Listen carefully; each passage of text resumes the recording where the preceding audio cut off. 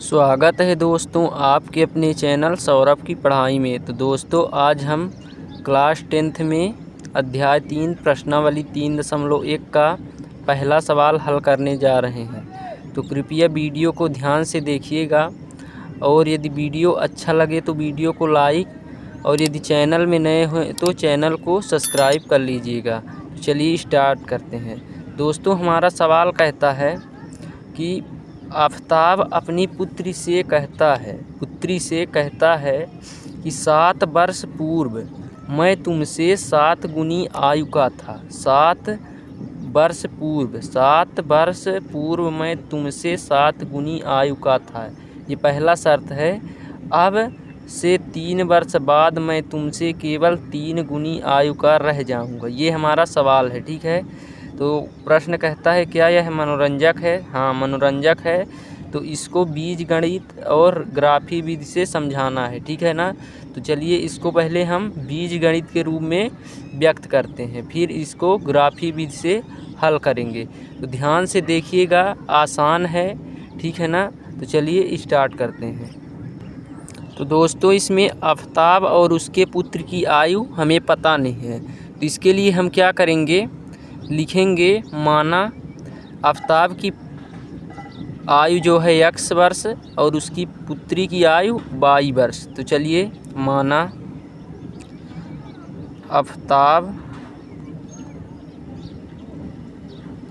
आफ़ताब की आयु क्या है, x वर्ष, x, ठीक, और उसके पुत्री की आयु जो है, पुत्री की आयु क्या है, 22 वर्ष, ठीक है ना। तो अब चलिए इसमें 2 शर्त है, शर्त के अनुसार हल करेंगे, ठीक है ना। तो चलिए पहले शर्त को लिखते हैं। तो दोस्तों पहला शर्त जो है अपना क्या है कि 7 वर्ष पूर्व। 7 वर्ष पूर्व का मतलब 7 वर्ष पहले, ठीक है ना। तो 7 वर्ष पूर्व मैं तुमसे 7 गुनी आयु का था। तो यहाँ पर लिखेंगे 7 वर्ष पूर्व, ठीक है ना। तो 7 वर्ष पूर्व आफ़ताब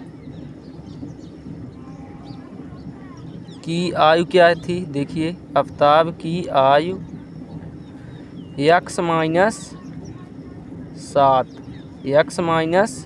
7 और उसके 7 वर्ष पूर्व उसकी पुत्री की आयु, उसके पुत्री की आयु जो है क्या थी, आयु y - 7, ठीक है ना। तो इस प्रकार ये हमारा 7 वर्ष पूर्व की आयु निकली।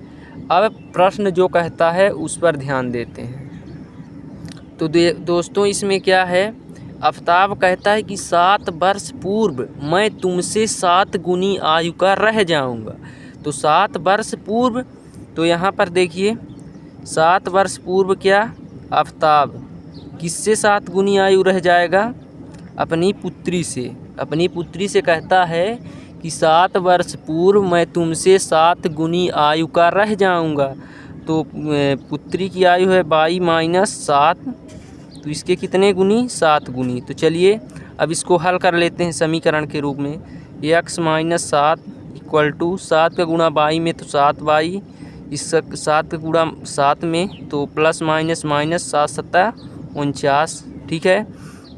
अब देखिए y को एक तरफ, चर को एक तरफ कर लेंगे तो x, ये माइनस का 7y आ जाएगा, इक्वल टू माइनस का 49 इधर है, ये प्लस का 7 इधर आ जाएगा, ठीक है ना। प्लस का 7 इधर आ जाएगा तो क्या होगा, x - 7y = 49 में 7 घटेगा, कितना बचेगा, 42 - 42, ठीक है। तो इसको हम इस पर लिख लेते हैं। तो x - 7y, माइनस का इधर आएगा तो प्लस 42 = जीरो। ठीक है, ये हमारा पहला समीकरण हो गया।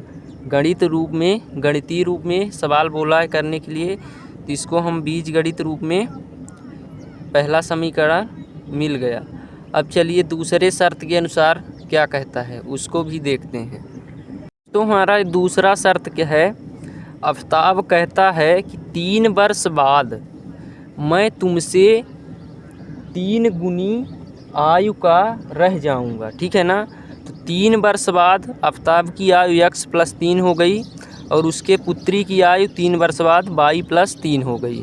तो बोलता है कि तुमसे मैं 3 गुनी, तो x + 3 ये क्या है, आफ्ताब की आयु 3 वर्ष बाद। ठीक है, इक्वल टू किसके आयु से, अपने पुत्री की आयु से कितने गुना, 3 गुना रह जाएगा।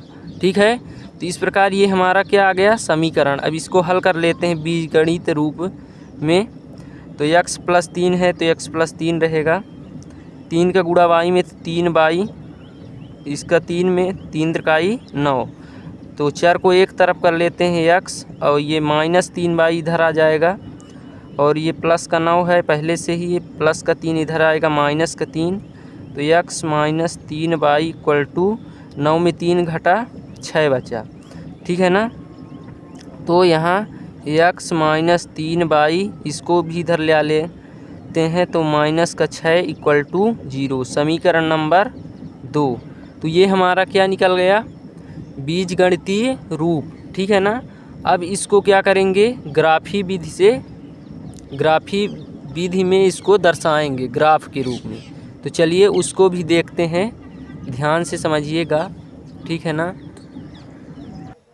तो दोस्तों ग्राफ में समझने से पहले हमें x और y का बिंदु प्राप्त करना होगा। तो सबसे पहले समीकरण 1 से करते हैं। x - 7y + 42 है पहला समीकरण, इस है ना, इसमें x बराबर हम 0 रखेंगे तो y का मान 6 आ गया। यहाँ पर देखिए x बराबर 0 रखने पर यहाँ पर हल किया हमने तो y का मान 6 आ गया, तो यहाँ पर 6 रख दिया। इसी प्रकार अपने मन से आप कुछ भी x का मान रख सके y का मान निकाल सकते हैं, लेकिन यहाँ पर देखिए 7 हमने क्यों रखा है, 7 हमने आसानी के लिए रखा है, क्योंकि y का मान जो है पॉइंट में ना आए। ठीक है ना, परफेक्ट मान आए, इसलिए हमने y का मान जो है तो x का मान 7 रखा है। तो देखिए यहाँ पर x का मान 7 रखे हैं तो y का मान भी 7 आया। इसी प्रकार समीकरण नंबर 2 को हल कर लेते हैं, बिंदु निकालते हैं, फिर ग्राफ में हल करेंगे। चलिए देखते हैं। तो दोस्तों हमारा जो समीकरण 2 है तो x - 3y - 6 = 0 है। ठीक है ना, इसमें भी अपने मन से मान रख के x का मान और y का मान निकालेंगे। तो देखिए यहाँ पर x का मान हमने 0 रखा। ठीक है, तो यहाँ पर x का मान 0 तो -3y = 6, तो यहाँ पर ठीक है ना 3 गुणा में था तो इसके बटे में आ गया, तो 3 दूनी 6, ये माइनस इधर आ गया तो y का मान -2 यहाँ रख दिया। मतलब यहाँ पर हल किया गया है पक्षांतरण से। ठीक है, सब आसान है दोस्तों। अब देखिए x का मान यहाँ पर हमने 3 रखा, 1 2 क्यों नहीं रखा, क्योंकि 1 2 रखने से हमारा जो y का मान है तो पॉइंट में आता, दशमलव में, तो इसलिए हम सरलता के लिए 3 को रख ला। देखिए x का मान यदि 3 रखेंगे, 3 - 3y = 6 हो जाएगा, तो ये 3 इधर चला जाएगा तो 6 से घट जाएगा, तो -3y = 6 - 3, तो y = 6 में 3 घटा तो ये 3 आ गया, ये इसके गुणा में था तो यहाँ आ गया, तो 3 से 3 जो है 3 एक कम 3, तो ये माइनस जो इधर था ये तो -1, y का मान जो है -1 आ गया। तो अब हमें दोनों बिंदु मिल गए हैं। अब इन बिंदुओं के आधार पर हम ग्राफी रूप में इसे व्यक्त करेंगे। तो चलिए ग्राफ में व्यक्त करते हैं। तो दोस्तों देखिए ये हमने ग्राफ बनाया है। ठीक है ना, इस ग्राफ में यहाँ पर जो है मूल बिंदु 0 होता है इसका मान, इसके इधर साइड जो है x अक्ष होता है, इसके विपरीत -x अक्ष, ये इधर y अक्ष ऊपर की ओर, इसके नीचे साइड माइनस का y अक्ष है ना, तो इधर प्लस की संख्या इधर माइनस, इधर भी प्लस, इधर भी माइनस की। इस प्रकार संख्या रेखा पर लिख लिया जाता है और जो बिंदु हमने समीकरण से प्राप्त किया है उस बिंदु को यहाँ पर दर्शाकर रेखा निर्माण करेंगे। तो चलिए पहला समीकरण देखते हैं क्या है अपना। तो हमारा पहला समीकरण जो है x माइनस 7y प्लस 42 है। ठीक है, तो यहाँ पर x का मान 0, y का मान 6 और 7 x का मान और 7 आया है। तो चलिए इसका मान हम लोग रखते हैं। x का मान 0 मतलब यहाँ पर x का मान 0 है, y का मान 6, तो यहाँ पर चले जाइए, y का मान ये 6, तो यहाँ पर जो है तो क्या है 0 और 6, 0 6, ये हमें पहला मिल गया। अब दूसरा x का मान 7 और y का मान 7 है।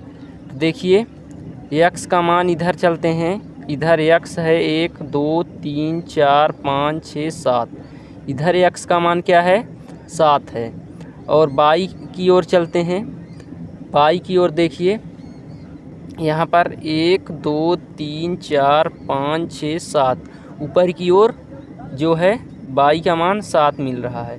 तो इधर यहाँ पर जाएंगे, इसके एकदम यहाँ पर देखिए, यहाँ पर x का मान 7 और y का मान 7, ये हमारा बिंदु मिल गया। ठीक है ना। अब ये जो बिंदु है, इस बिंदु से इस बिंदु को हम पटरी की सहायता से मिला लेंगे। ठीक है ना। इसी प्रकार दूसरा समीकरण भी करना है। तो पहले इसको चलिए मिला लेते हैं। तो दोस्तों देखिए हमने मिला दिया इसको पटरी की सहायता से। तो ये हमारा पहला जो समीकरण है x माइनस 7y प्लस 42 इक्वल टू 0। तो पहले समीकरण का जो ग्राफ है तैयार हो गया। अब दूसरे समीकरण के बिंदुओं को मिलाकर दूसरी रेखा तैयार करेंगे। तो चलिए दूसरी समीकरण को देखते हैं।